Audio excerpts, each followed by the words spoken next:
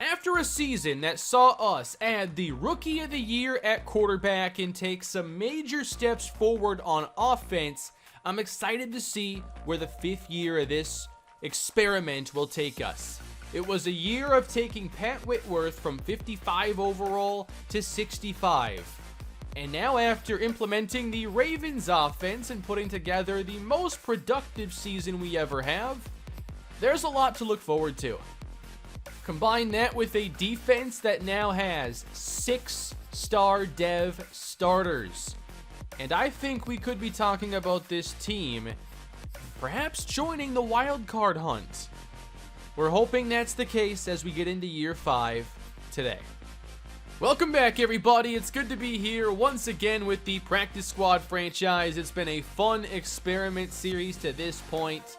And for this to be a rebuild that actually succeeds, I knew we had to find the right quarterback. And I believe that we were able to do that this year. But we also found the right scheme that made him play the best he could, that made the running game better than it's been. We have a long way to go, but I think we took some steps. And here is the Super Bowl result for this year. Kansas City wins it. Patrick Mahomes, Super Bowl MVP.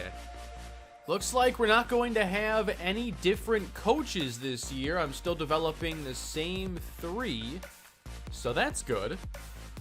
And now they took away our regression screen. I don't know if it's just somewhere and I haven't found it or what, but the whole page showing you how much everybody regressed is gone. And now I know we have some players who are at regression age, and that's something we have to pay attention to.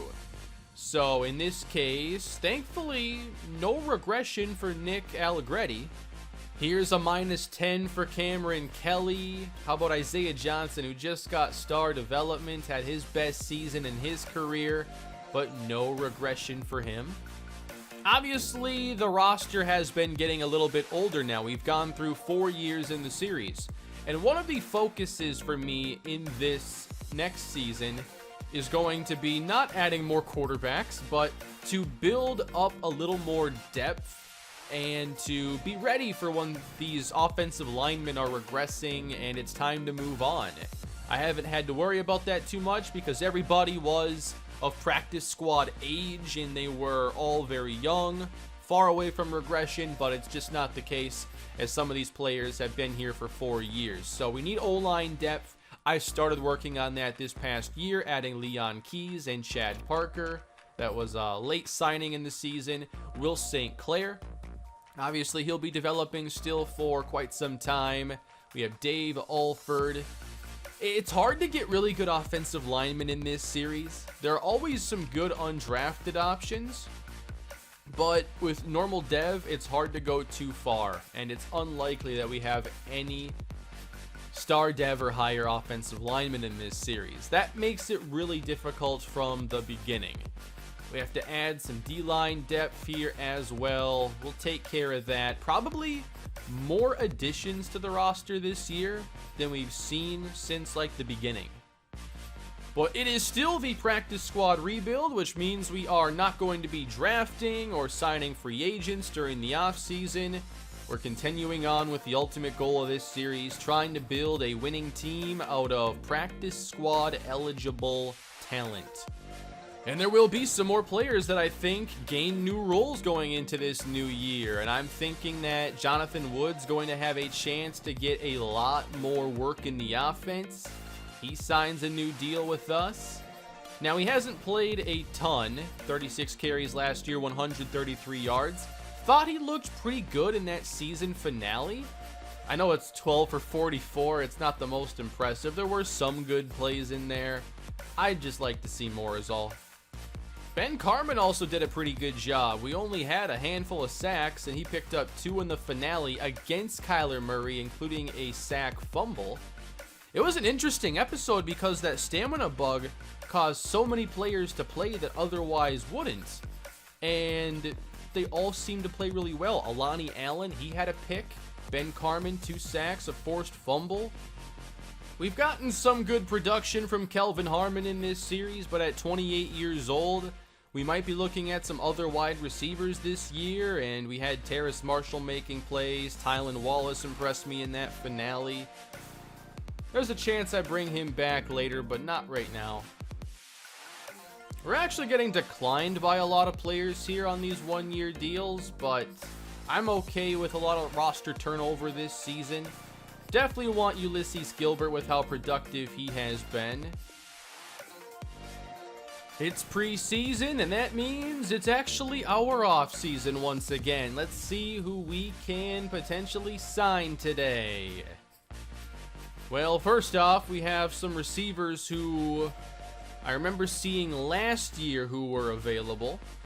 I know I want some O-line depth. I don't have to worry about quarterback.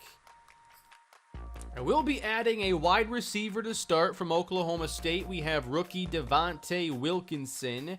I like the speed here at 92. Set up to be a slot receiver with these route runnings and the low release. And working on that O-line depth here, we have Logan Springs, who is close to being a 66 overall. Pass block at 70, decent against finesse rushers. We'll start developing him. Kevin Dominguez, rookie center. Definitely want one or two rookies on this team, and some ratings here in the mid to high 70s. Definitely some weaknesses though in run blocking, which isn't great. Alright, a 66 overall rookie, Evan Goodwin from Tulane. He's 6'5", 311, 86 strength. That's enough, I'd say. 71 power moves. We'll bring him in. Alright, 65 overall rookie. We have Jordan Compton from Ole Miss. 82 speed. I'm trying to add some good athletes here off the edge. 73 finesse, 73 strength. Definitely need some younger cornerback help as well. We'll sign Antoine Peck. He is the highest rated rookie from North Dakota State, 67. He's a man cover corner with 88 speed. I think there are a lot of man cover corners in these draft classes, but we're also going to sign Deontay Hunt, rookie from NC State. Safety is another spot where we've gotten a lot older in this series, so Manny Hodges is going to be another rookie addition. One guy who is going to get a lot of opportunity this year to really create a role for himself is Paul Moore. I was impressed with his showing in the final week of the season last year. All medium, that works because I want him to be a slot receiver. Best short route running on the team. Good catching traffic. I have to see more. 2 injuries here in the preseason. It's just the second game. James Lynch, he's a key player, done for 6 weeks. And Antoine Peck, trying to develop him as a focus player, he's done for 7. So here are the preseason stats. Pat Whitworth, 3 touchdowns and 2 interceptions. I still wanted him to get most of the reps here for development, of course. Jonathan Wood, 4.9 a carry. Not a lot of rushes here, but still good to see. Easily the most efficient running back on the team there. Kelvin Session, 101. Paul Moore, 87. Tylan Wallace, also interested in what he can do this season. But Session was the leading receiver. He's entering year 3. Really good speed. Pure downfield receiver. And then defensively, 17 tackles for Javen White. He is the leader. 3 sacks. Still nothing too outstanding there. Antoine Peck had an interception, but he also did suffer an injury. He even broke up a pass as well. Alright, let's sign some more practice squad players if we find anybody intriguing. Well, we're going to start things off here. Jaden Sheffield from the Bears has 95 speed. I do want more of that big play element. We'll see if we have another spot at wide receiver. I'll probably end up with like 9 on the roster at this pace. Alright, let's bring in another guard. He has a lot lower strength than I like my guards to have, but this is the practice squad rebuild. We're going to sign Jeremiah Colvin from Arizona. I waited on safety, wondering who could be out there, and we're going to sign a 69 overall player, 6'2", 219, Aaron Bayless. 87 speed, 71 zone, 70 man, some hybrid skills there, 76 tackling. So now getting down to 53, and the quarterback depth chart will still be Whitworth, McDonald, and Jamie Newman. I actually don't have as many receivers here as I thought I did, so I don't know. We have a couple players here I might want to play and see first with Wilkinson in session. Justin Herron has been here from, I believe, the start of the series, but he's not going to make the team this season. We're going to release Shaka Toney, as I think we have a few more intriguing edge rushers with more complete skill sets. We'll cut Nate Herbig as we want our depth to be a little bit younger. And then Manny Hodges goes to the practice squad, and that should be it here. 53 players. So nothing too much here. Like I said, just wanted to add depth this year, get a bit younger there, so we constantly have players still developing. And we've made it, everybody. It's year 5 underway. Happy New Year. It kicks off against the Falcons. And before he starts the second season of his NFL career, we do have an upgrade here for Pat Whitworth. With short accuracy now at 80, I wouldn't mind a strong arm upgrade. It won't help his overall rating here, but I want that deep accuracy.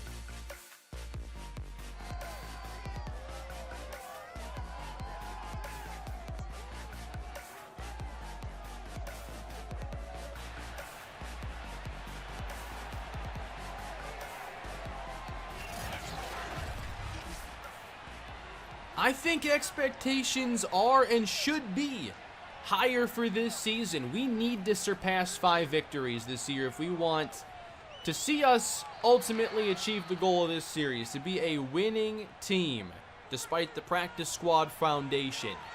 65 overall Pat Whitworth, a year of experience under his belt, and that's wide open! Caught near the 40, and guess who? Tyler Johnson. Tyler Johnson, Terrace Marshall, Paul Moore, they are the top 3 receivers we'll use. Ahmed at the sideline, not bad. I do want to make sure we get to see more of Jonathan Wood, though. He's definitely going to get some drives today. Running inside now, an opening. Ahmed reaches ahead close to the first down, and he does get it. Time to throw, and now he's going to run with it and then dump it off. That's kind of a weird play, but everything here is getting us a little something on this opening drive. Jason Huntley still going to be the 3rd down back until further notice. He's the best pass catcher. Hunter Bryant on the catch now. A 6 of 6 start for Pat Whitworth, putting that 80 short accuracy to use. And now it's a red zone trip. Seattle 1st and 10. Whitworth out to his right, slings it to the end zone. Oh, both feet, touchdown! Hunter Bryant, what an adjustment! Wow! And that throw by Whitworth is on the money. I can hardly believe we just did that. A 7-for-7 opening drive. Whitworth just giving his tight end a chance.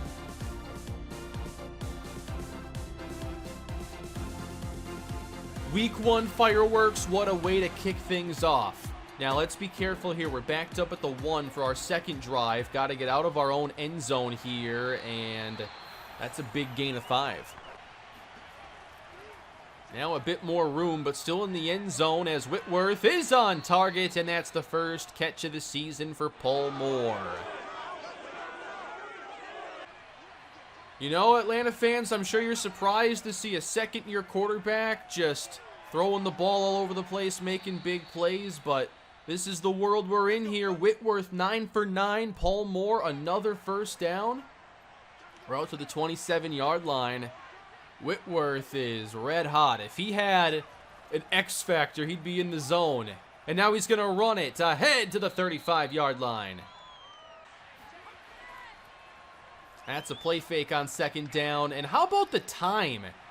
And he almost gets sacked there, but from the very beginning, I'm like, this offensive line is kind of winning this battle. And there's Ahmed for the first down. Pat Whitworth is now 10 for 10 to begin his second season. On second down, he'll throw it again, 11 for 11.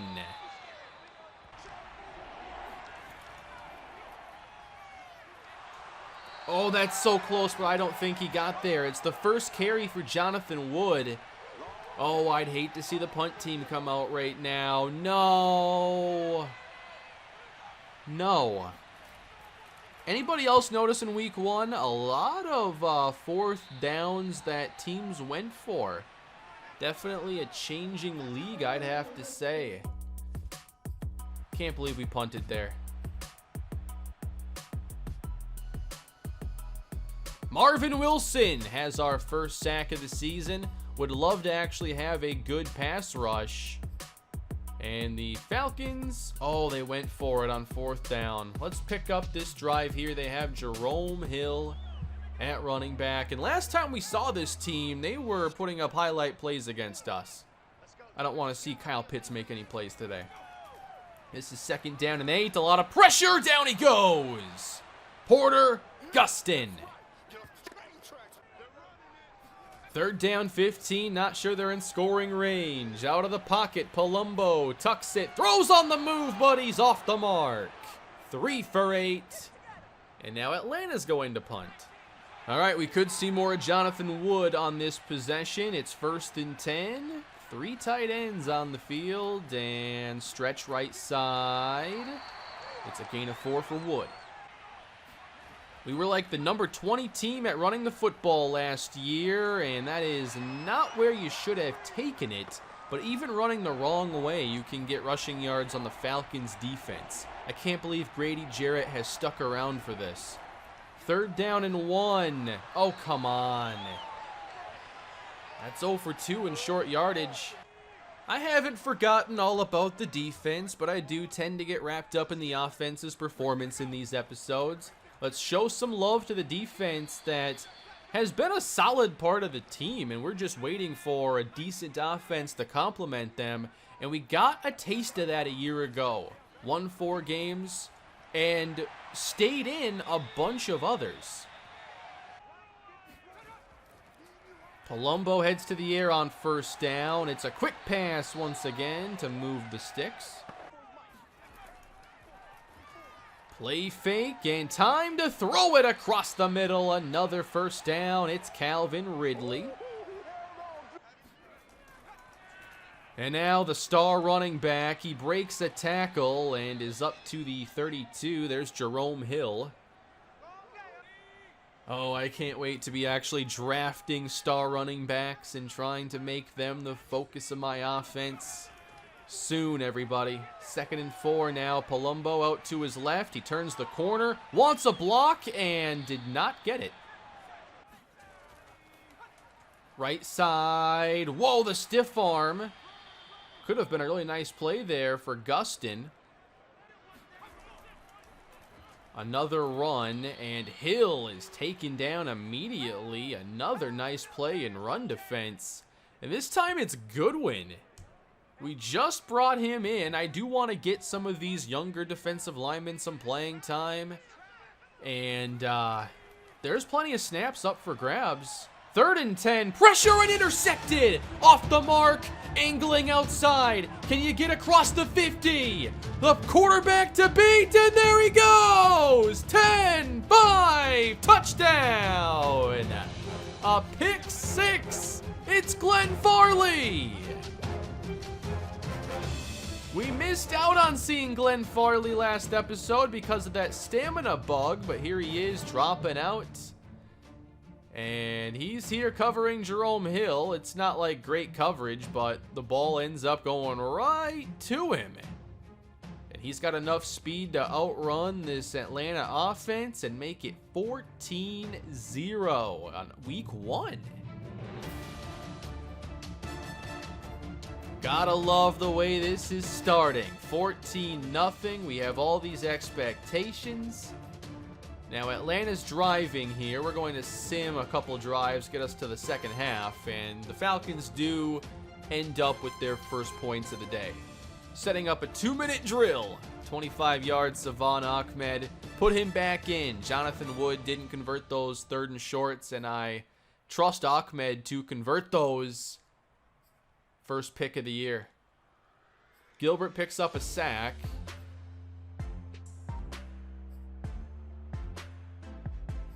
Knocked away. 3rd down, gain of 6. So Atlanta does close the gap a little bit to end the first half. Definitely getting some momentum on their side, and will rejoin the defense.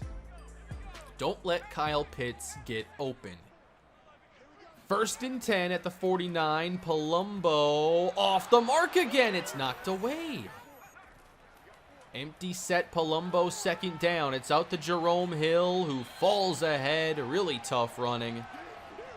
The game is just taunting me with the running back I could have been building around.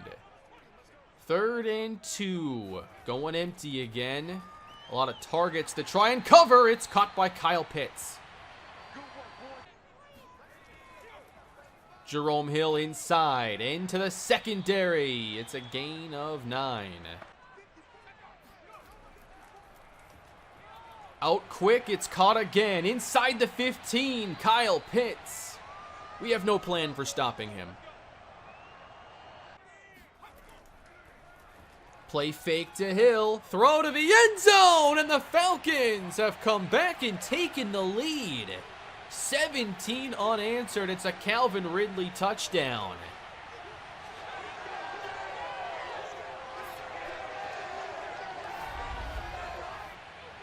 All right, we had that great start, but it's a long football game. Seattle down 3 now. A full house pistol look. Extending the play. Back across the field. He's open for the 1st down. Tyler Johnson. Whitworth, 14 for 16. Running inside. Good block by number 84. That's Justice Oliver, who motioned to that side. Took care of the end. Gain of 9. Offset pistol on 2nd down. It's another run. 1st down. Ahmed. It's a play fake on 1st down. And it's dumped off. I like how quick Whitworth is making these decisions, and just the difference between like day 1, year 1 versus day 1, year 2. It's impressive. Reaching ahead is Ahmed. 3rd and short. This is where Wood failed a couple times, but now we throw it. It's caught by Bryant. He's down to the 20. Another player I thought looked really good last episode was Donald Parham. He's on the field quite a bit as well. 1st and 10 for Seattle. It's Ahmed to the 17. 3rd and 5. Bunch on the right. Where's Whitworth going on this play? He fires again deep to the end zone. This time it is going to be incomplete for Paul Moore. I am a bit worried about this game, though. With Atlanta moving the football, they have a 19-yarder here and then a penalty. And here's where they are, back in business, field goal range. Have to try forcing a field goal now. Jerome Hill, he stumbles. Palumbo on 2nd down, climbs and runs it across the 20. That'll take us to the 4th quarter. Palumbo on 3rd and 2. Again wants to run it. 1st down. Sliding. But 11-yard line now. New set of downs, Atlanta. Defense hasn't made a play here in a little while. We could use somebody up front getting at Palumbo. So we rush the pass on 1st down. And on 2nd and 10, it's Jerome Hill taken down for a loss. All right, force the field goal. Give your quarterback a chance. 7 tackles for Hartsfield. Press coverage on 3rd down. And Palumbo's out to his right. He has some room. He'll take it himself, but he won't. Try to fight into the end zone. 20-17. We're still in this. And here's Pat Whitworth on the move and throwing incomplete. Huntley well covered on the play. Not where you want to be now. 3rd down and 14. Whitworth is given the time. On the outside, intercepted. Jumped right in front of Tylan Wallace, and that is going to be a touchdown. 2-score lead now in the 4th quarter, and that could be the game.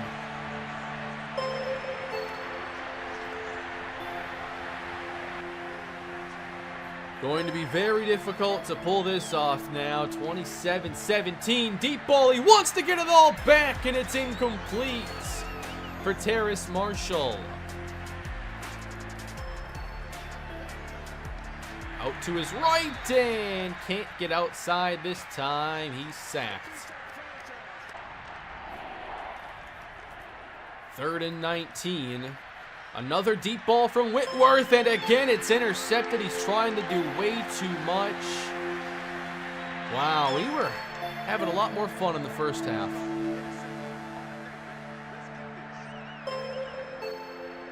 Well, it's not completely over, but pretty close. 27-17, 4 and change to go. On the move here, room to run across the 30. That's Terrace Marshall, 24. 3 interceptions here in week 1. I don't think he did that very much a year ago. Whitworth now out to his left, and he'll just run it across the 40. 3rd down has not been good for Whitworth lately. He needs 8, wants way more. The deep ball is way overthrown. So now he has to go for it on 4th down. 2 deep safeties for Atlanta. I don't think you test this downfield. Just try to get the first. He's going long in double coverage, and it's going to be incomplete again. Was there any other option here? Yeah, I mean, you can give Bryant a chance. He's going to have a good opportunity here to get the first down. But Whitworth trying to do a bit too much after the mistakes, and what was an impressive start to his sophomore campaign has turned into a very disappointing one. Well, I thought we were going to pick up a win here in week 1, but Atlanta bounces back after falling behind 2 scores, and they end up beating us pretty handedly with a dominant second half. Daniel Palumbo ended up with a pretty good start, and now Whitworth has to look at bouncing back from a 3-interception performance. We really didn't run the ball that much. We went away from it and threw, I thought, too much. We got on a roll early. I mean, Whitworth was 11 for 11, so I understand there, like, it was working, so you stick with it. There's definitely some of that logic in this game. But then it stopped working, and we still stuck with it. Good debut, though, for Evan Goodwin. A tackle for loss, a sack, 6 tackles. Glenn Farley picked 6. That's right. That means the offense was only responsible for 10 points. 60 rushing yards. Not good enough. Well, there is going to be a breakout player opportunity in week 2. I was just going to sim a few games, perhaps, but Glenn Farley is going to get another chance after his pick 6. We will sim a couple, though, and get further into this 5th season. By the way, for some reason, I've lost the extra focus player option here, and I don't know what to do about that. Good first impression today for Evan Goodwin, number 79. Power rusher upgrade that gave him finesse moves. Okay, that's not really what I wanted. I wanted 2 power moves. All right, power back for Jonathan Wood. Where's Juke? We actually get power for him. Trucking, carrying, break, tackle. Cool. Week 2 isn't a whole lot better. We lose by more to Carolina, who's become a really good team in this series. Sam Darnold is playing well for them, and I know their defense is pretty talented. We did not run the football well. Whitworth scrambled for some yardage, but that is bad. Terrace Marshall, nice little revenge game here. That is about the only positive. I guess Paul Moore, 49 or 47-1, we'll take that. But an 0-2 beginning. Ben Carmen's getting an opportunity. All right. I'm excited about that chance. That'll be against San Francisco. We just had the opportunity for Farley, and he did not pick up a tackle for loss or anything to get that upgrade. I knew Carolina was not a good matchup for that. Maybe this upgrade will help out Carmen a little bit. We'll go with the power rushing. We got to get that pass rush better. See, when the pass rush was working early on, we were so good against Atlanta, and then it went away. And it's been one of the greatest weaknesses of this series. I also want to make sure Jordan Compton gets some chances this year. He's going to be the new finesse rusher that we're trying to develop. Let's see if he got any snaps in week 1. Doesn't seem like there would have been much. Yeah, maybe special teams, not much else. 28-21, it's a close game, but our third loss to open the season. Whitworth throws 2 touchdowns. Trey Lance only 3. He usually throws 4 against us. Trey Sermon, 70-1. 43 on the ground for Savon Ahmed. And receiving, another good outing for Terrace Marshall despite not being in the slot, which is a really good sign for him. Defensively now, Gustin gets another sack. Interceptions, no, not in this game. Carmen, tackle for loss. That'll be star dev. For some reason, the tackle for loss just doesn't trigger it. That's why you want to get more than just that. Now, he would have gotten, obviously, star dev plus 20,000 experience there, so we're just going to make that happen, basically. Carmen's getting star dev, and then I'm allocating like 5 points. Maybe it should even be more. I think the series has been challenging enough. I need to at least get the stuff that I should be given for the players accomplishing these goals. 20,000 experience. Should be 3 upgrades for him. Really. So we're going to go with 7 rating increases, all right? I think that's reasonable. I'm going 1, 2. I want the proper pass rushing this time. And we're going with 3, 4, 5, 6, 7. Ben Carmen perhaps can help this pass rush finally become productive. Hasn't been the episode we've wanted for Pat Whitworth, but now he's a 66 overall, close to being the highest on the team. 82 short accuracy now, but we're seeing some negative morale, and last season he was able to really spend the whole year with positive morale, but now he's just losing it and not gaining any back on the games like he was a year ago. Trying to find things to spend these staff points on, and there are a couple upgrades here, but probably not going to show a lot more of this in this series. It's pretty much done. Well, there's finally a win here against the Seahawks, or against the Eagles. Both teams were winless going in, but we won it in overtime. 3 touchdowns for Pat Whitworth, and again, kind of underwhelming rushing yardage here.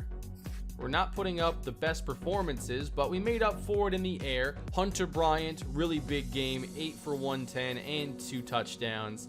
Paul Moore, 57 yards. Tylan Wallace, 3 for 34. We're going to end the episode very positively with 2 straight wins, half of what we had a year ago. Whitworth, 2 passing touchdowns in this game, and 83 rushing for Savon Ahmed. Been waiting for a performance like that. And Jonathan Wood also found the end zone. Receiving, Hunter Bryant could be back to put in a really big season this year. Tyler Johnson scores again. And defensively, no sacks. 1 pick for Javen White. I think we'll take the 2-3 start, but hopefully we can manage to win like 4 or 5 more games the rest of the way. We should have a chance at that. But here are the stats now. 5 games into the season. Whitworth, 3 interceptions in week 1, but none since. And a really good completion percentage. Rushing, Savon Ahmed, 225, 3.6 a carry, 5 broken tackles. Hunter Bryant's the leading receiver with 280 yards and 4 touchdowns. And then for the defense, we have Javen White, 36 tackles. Sack leader, Porter Gustin has 3. Marvin Wilson has 2. And 4 total team interceptions. So that is going to do it for this episode, everybody. And next time, I expect us, if we don't win a lot, we're going to sim a lot and get through more seasons. I know it's mid-September. I'm waiting on that scouting update and more of a traditional franchise to get started here, a rebuild on this channel. So I don't want things to take too long here if we're not winning games, obviously. But what do you think of the team going forward? Can we actually surpass 5 wins this year? Let me know down below what you think, and I'll see you all next time. Please leave a like, subscribe to the channel. Have a great day, everybody.